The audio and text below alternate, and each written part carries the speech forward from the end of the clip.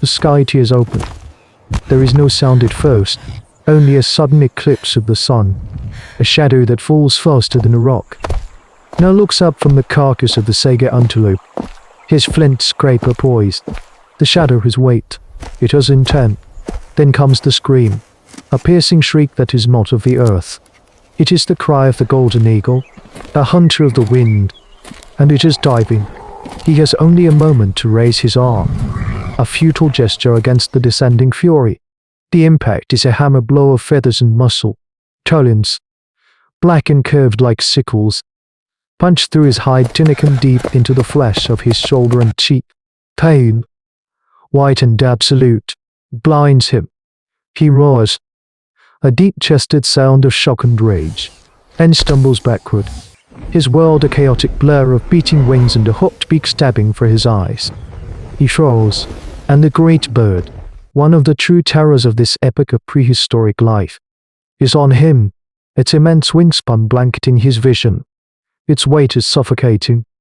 He can smell the carrion on its breath, feel the frantic power in its grip. His clan members, 20 paces away, are shouting, their fear sent on the wind. Gina's free hand finds the heavy stone core he was using for his moose terrier and flint napping. He swings it wildly, a desperate, clumsy hoe. It connects with a sickening thud against the bird's body. The eagle shrieks again, a sound of fury, not pain, but the talons retract just enough, now rolls, scrambles, and finds his feet. His face a mask of blood. The eagle launches itself back into the air, circles once with a look of cold, predatory intelligence, and then soars away, leaving only silence and the coppery taste of Gino's own blood in his mouth. They tend to his wounds back in the shelter of the limestone overhang. The old woman, matriarch of this small clan of early humans, packs the gashes with moss and crushed leaves, her movements efficient, her face unreadable. The clan survives on a simple calculus. A hunter who cannot hunt is a mouth that only takes. Nahar is strong, but the attack has marked him, not just on his skin, but deeper, in the fevered nights that follow. He does not see the eagle's eyes or its beak. He sees only the talons. He dreams of their perfect, lethal curve. The power that nearly ended his life has become an obsession. He recovers, but the man who returns to the hunt is not the same. His gaze is now fixed on the sky. He scans not for weather, but for shadows. Weeks later, he finds what he is looking for near a cliff face, the remains of an old eagle, scavenged by foxes, with a small flake of flint, one of the ancient tools that define their existence. He meticulously cuts away the feet, back of the cave, by the low side. Long after the others sleep, he cleans his brows. He holds the 8 talons in his palm. They are not bone, they are not stone. They are something else. A symbol of the power that haunts the open spaces, a power he survived. In his mind, an idea without words begins to form. A way to hold that power, to wear it. This is a subtle, yet profound, shift in hominid history. The first stirring of a thought beyond mere survival. The work is done in stolen moments. In the grey pre-dawn when the others are deep in sleep, their dreams untroubled by the sky. Now uses a fine, needle-sharp flint boring, twisting it patiently against the base of each talon. The task requires a focus he normally reserves for tracking mammoths or anticipating the charge of a woolly rhino. He drills for hours, dust of black keratin collecting on his fingers, until a small, perfect hole is bored through each one.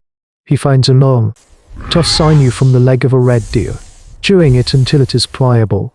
He threads it through the holes, his calloused fingers surprisingly nimble. As he works, he sometimes grinds a nub of red ochre against a flat stone, mixing the powder with animal fat to create a thick paste. He rubs the dark red pigment onto each talon, staining them the color of blood and life. This act, so simple, is a monumental leap in the long march of human evolution. A step away from the purely functional. He is not making a tool. He is making a thought, tangible and real. When it is finished, he hesitates. The final object feels heavy with a meaning he has no words for. He lifts the string of 8 red-stained talons and fastens it around his neck. They lie against his chest. A stark, threatening pattern on his skin. They are cold, then slowly warm. It feels right. It feels like a piece of his own history. A story of pain and survival made solid. He steps out from his sleeping hollow into the main cavern. The first to see it is a young girl. Her eyes wide with a mixture of terror. She does not speak.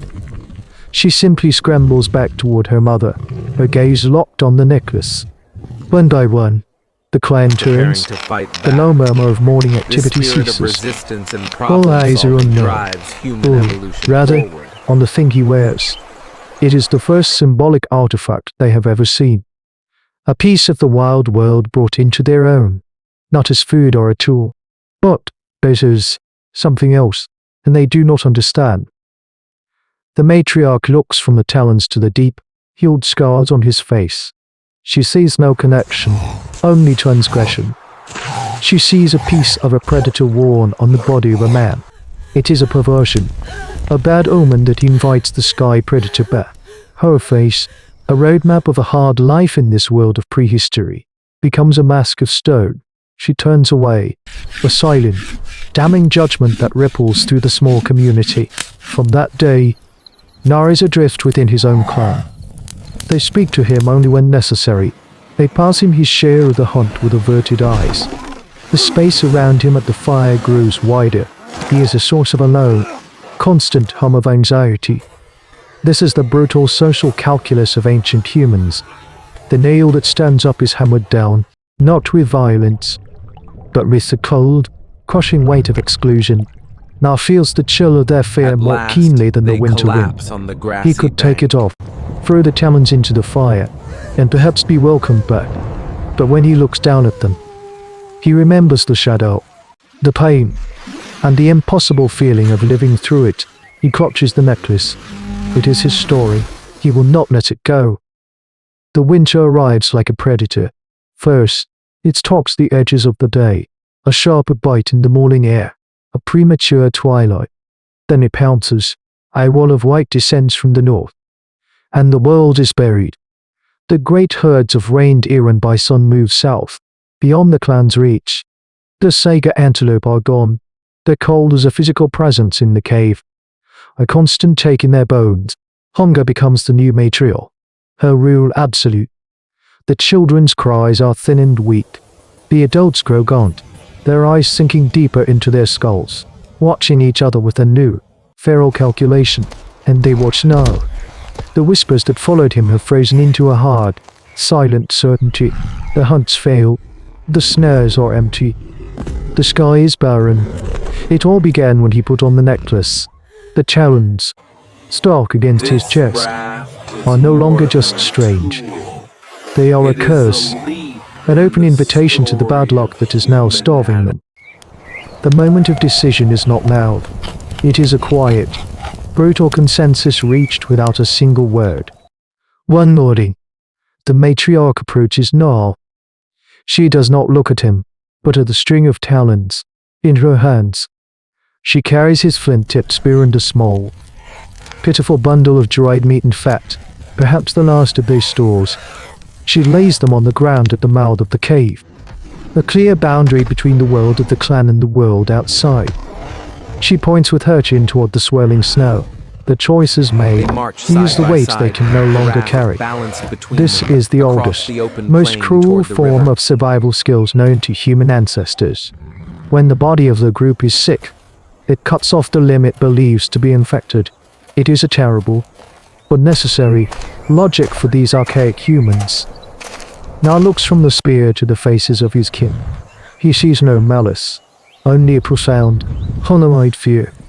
He sees the desperate instinct to survive, an instinct he shares. In their faces, he sees the grim future of a clan that may not live to see the thaw, a flicker of understanding, a spark of the dawning cognitive revolution, allows him to see their terror for what it is. He does not fight. He does not plead. He is a hunter. He knows a futile struggle when he sees one. He picks up the spear and the small packet of food. His other hand goes to his chest. his fingers closing around the coal. Smooth talons. They are the cause of his exile. But they are also his story. The only thing that is truly his. He turns his back on the only warmth he has ever known and walks out into the white oblivion. A solitary figure carrying the first piece of art into a world that is not yet ready for it. The clan watches until the blizzard swallows him. They do not know if they have saved themselves or simply sacrificed one of their own to a cold, indifferent god. We do not know if Na survived. His individual fate is lost to the snows of time, a footnote in the immense saga of anthropology. But the ghost of his creation, the act itself, echoes forward. His clan, in their terror, was not wrong. The world was governed by forces they did not understand, and their response, to enforce the cohesion of the group against a frightening deviation, is the very instinct that allowed our ancestors to endure the Pleistocene. They sacrificed the individual for the sake of the whole, a brutal equation that would be solved again and again across millennia. Jinar's tragedy is the tragedy of the first step. He represents a profound break. The moment an ancestor of ours looked at the world, not just as a source of food and danger, but as a source of symbols. He tried to wear a piece of his own story, to give form to his fear and his survival. The brain that could conceive of such a thing was a revolutionary leap. But the social structure that could accept it had not yet been built. How many other sparks like him were extinguished by the cold winds of fear before the fire finally caught? The past is never silent. It only waits for us to learn its language. But sometimes, a single stone remembers the fire.